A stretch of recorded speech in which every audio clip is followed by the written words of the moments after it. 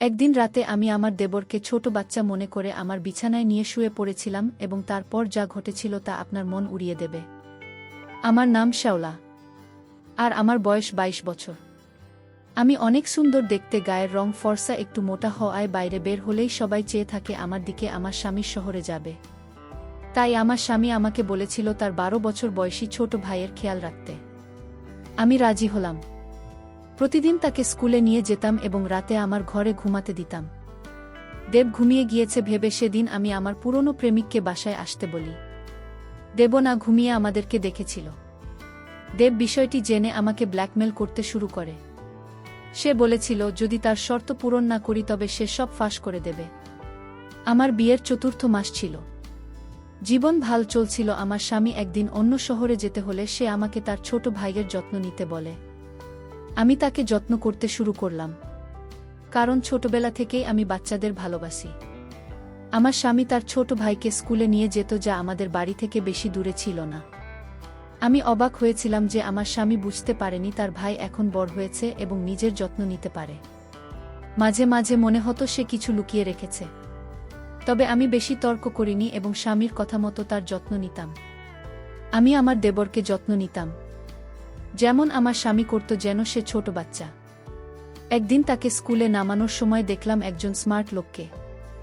দেখে আমি অবাক হয়ে গেলাম, কারণ সে আমার পুরনো প্রেমিক। কয়েক বছর আগে মারা গেছে সে। এখানে কিভাবে সে বেঁচে আছে এবং আমার সামনে দাঁড়িয়ে আমি কল্পনাও করিনি যে আমরা এভাবে আবার দেখা হবে আমাদের। একটা কথা, গল্পগুলো তোমার শূন্য, কিন্তু সাবস্ক্রাইব করো না। দয়া করে গল্পগুলো ভালো লাগলে চ্যানেলটি সাবস্ক্রাইব করো। একদিন আমি স্কুল থেকে আমার দেবরকে আনতে গেলাম। সেদিন আমি এমন একজনকে দেখলাম যাকে দেখে আমার পায়ের নিচের মাটি সরে গেল। সেই মানুষটি ছিল আমার পুরনো প্রেমিক, যাকে আমি ভেবেছিলাম অনেক আগেই মারা গেছে। সে কিভাবে জীবিত এবং আমার সামনে? এটা কিছুতেই হতে পারে না, আমি ভেবেছিলাম। আমি বাড়ি ফিরে আমার পুরো শরীর ঘামে ভিজা। দেবর আমার কাছে এসে জিজ্ঞেস করল কি হয়েছে। তার মুখে একটা হালকা হাসি ছিল। আমি তাড়াতাড়ি মুখ নামিয়ে ফেললাম যাতে সে কিছু বুঝতে না পারে। আমার দেবর এসে আমাকে পানি দিল। আমি তার হাত থেকে ক্লাস নিতে গিয়ে হাত ফসকে ফেলে দিলাম। তার চোখে এমন কিছু ছিল যা আমাকে কাঁপিয়ে দিয়েছিল। সে ১২ বছরের বাচ্চা, কিন্তু বড়দের মতো তৃষ্ণার্ত চোখে তাকিয়েছিল আমার দিকে। আমি তাকে রুম থেকে বের করে দিলাম এবং বিছানায় বসে কাঁপতে লাগলাম। আমার দেবর সামনে এতটা ভীত হয়ে পড়েছিলাম, কিন্তু কেন এমন ভয় পাচ্ছিলাম বুঝতে পারছিলাম না। মনে মনে নিজেকে সান্ত্বনা দিলাম এবং ভাবলাম এখন শুধু আমরা দুজনেই বাড়িতে আছি। আমি কি করব? আমার বাবার একটি কথা মনে পড়ে গেল, যে বাড়িতে শুধু 2টি ছেলে থাকে সেখানে মেয়ের বিয়ে দিও না।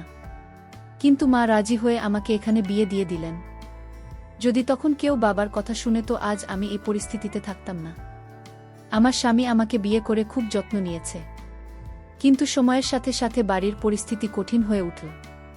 তাকে আরও কঠোর পরিশ্রম করতে হলো এবং প্রথম চাকরি ছেড়ে নতুন চাকরি নিতে হলো। নতুন চাকরিতে যোগ দেওয়ার কয়েকদিন পর তাকে শহরের বাইরে যেতে হলো। আগে শহরের বাইরে গেলে দ্রুত ফিরে আসবে, কিন্তু এবার কয়েকদিন থাকতে হবে। আমি তাকে যেতে না করেছিলাম, কিন্তু সে বলল এটা জরুরি। আমার মা এখন আর বেঁচে নেই, আর ফুফু এবং বোনেরা সবাই তাদের নিজের ঘরে। কাকে ডাকব? চুপ করে স্বামীর জন্য অপেক্ষা করতে লাগলাম। সে যদি কিছুদিন বাইরে থাকে আমার জীবন আরও কঠিন হয়ে যাবে। একদিন আমি আমার দেবরকে স্কুলে নামাতে গিয়ে দেখলাম সে আমার দিকে তাকিয়ে আছে। আমি তার স্কুলের স্যারদের সাথে দেখা করতে গিয়েছিলাম। সে আমার সামনে বসেছিল, তার মুখে সেই চেনা হাসি ছিল, যদিও এখন একটু দুঃখ ছিল। আমি তাড়াতাড়ি মুখ নামিয়ে নিলাম, কিন্তু মনে হলো অনেক দেরি হয়ে গেছে। স্যারকে ডেকে বলল, স্যার, এই আমার ভাবি। তারপর সে আমার সাথে কথা বলতে লাগল। আমি খুব কনফিউজড হয়ে গেলাম, কেন জানি না আমার অতীত মনে পড়তে লাগল। আমি কিছু কথা বললাম এবং তারপর দেবরকে বললাম চলো বাসায়, অনেক কাজ আছে, কিন্তু আমার পুরনো প্রেমিকা আমাদের জন্য খাবারের অর্ডার দিয়েছে। দেবর বলল, তুমি রোজ আমার সাথে এসো, স্যার আজ অনেক মজা করেছে। সাহস জোগাড় করে আমি মাত্র 2 কামড় খেয়ে বেরিয়ে এলাম। অনেকদিন পর আমার পুরনো প্রেমিক বের হলো। আমি তাড়াতাড়ি অটোতে বসে প্রেমিককে ইশারা করলাম যে আমরা বাড়ি ফিরছি।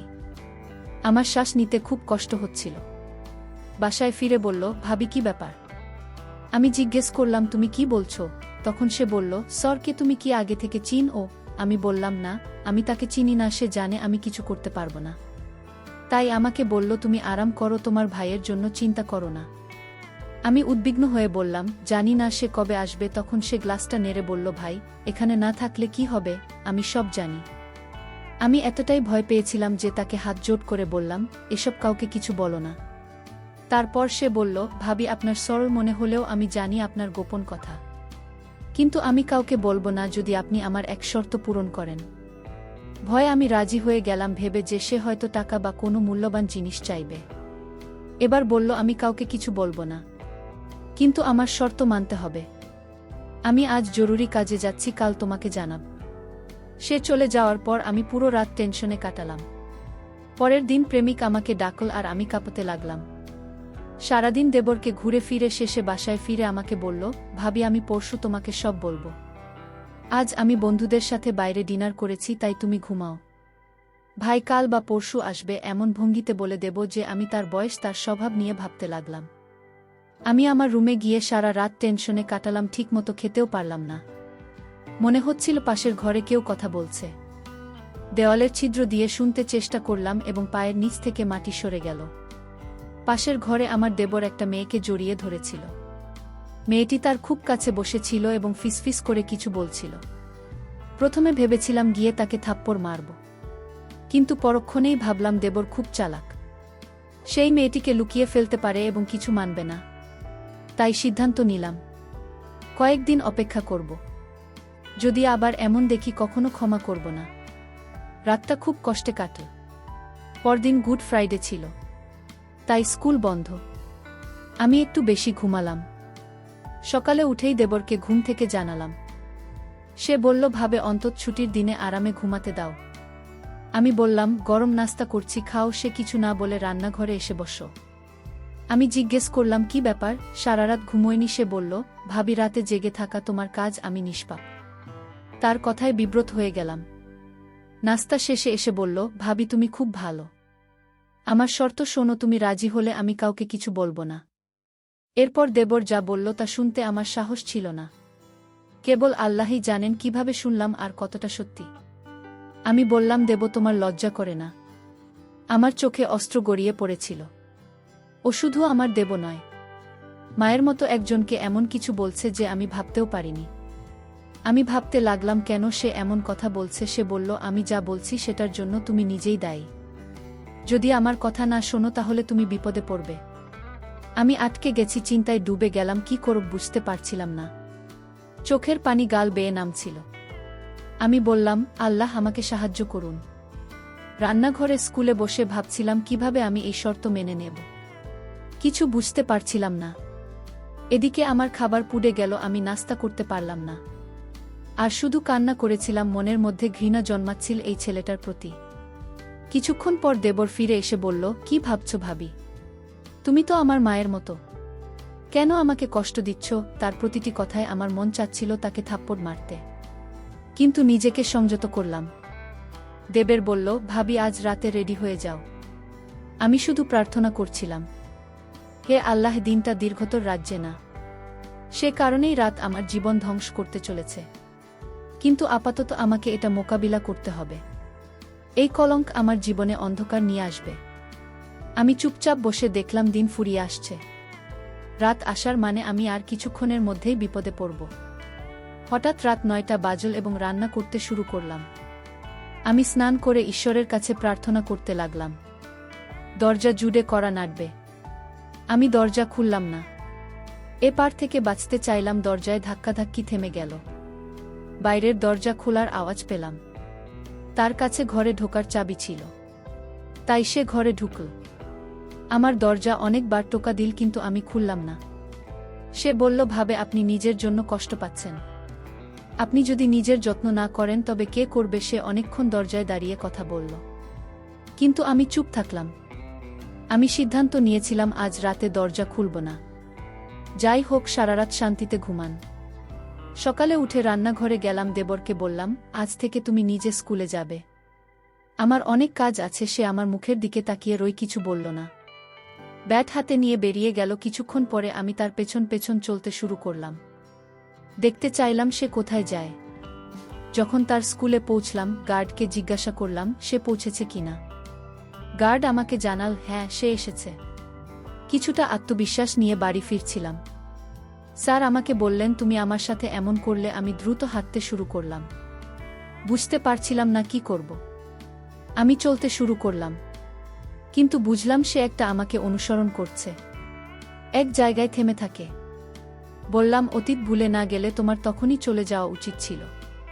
এখন আমি আমার জীবনে খুব খুশি।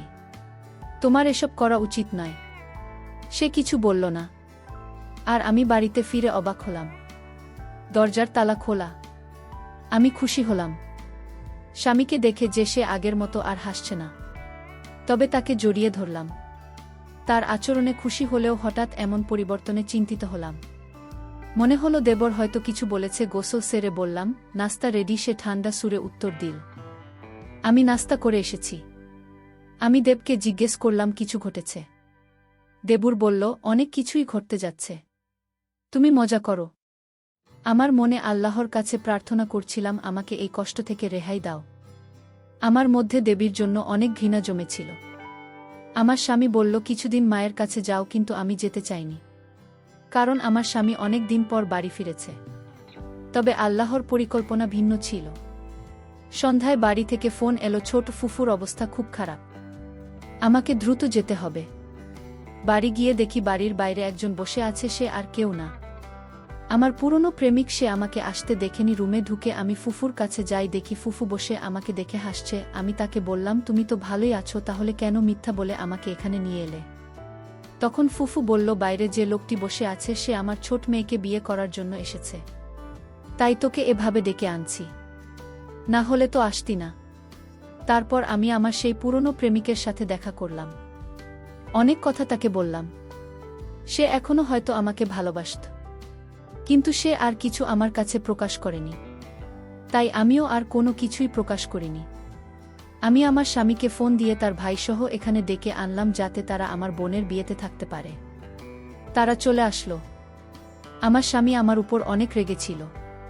আমি তাকে বাইরে নিয়ে আমার প্রতি তার ছোট ভাইয়ের নিমতার কথা জানালাম। যে তার ভাই আমার সাথে কি করছে। আমার কথা শুনে আমার স্বামী অবাক হয়ে যায় আর বলে, ঠিক আছে, তাহলে আমি এখন আমার ভাইকে বাড়িতে রাখব না, ওকে বাইরে রেখে পড়াশোনা করাবো। আমি তার কথা শুনে অনেক খুশি হলাম। আমি তাকে কান্না করতে করতে জড়িয়ে ধরলাম। গল্পটা কেমন লাগল জানাতে ভুলবেন না। আরও মজার মজার রোম্যান্টিক গল্প শুনতে চাইলে ভিডিওটি লাইক, শেয়ার এবং চ্যানেলটি সাবস্ক্রাইব করতে ভুলবেন না। তোমাদের ধন্যবাদ।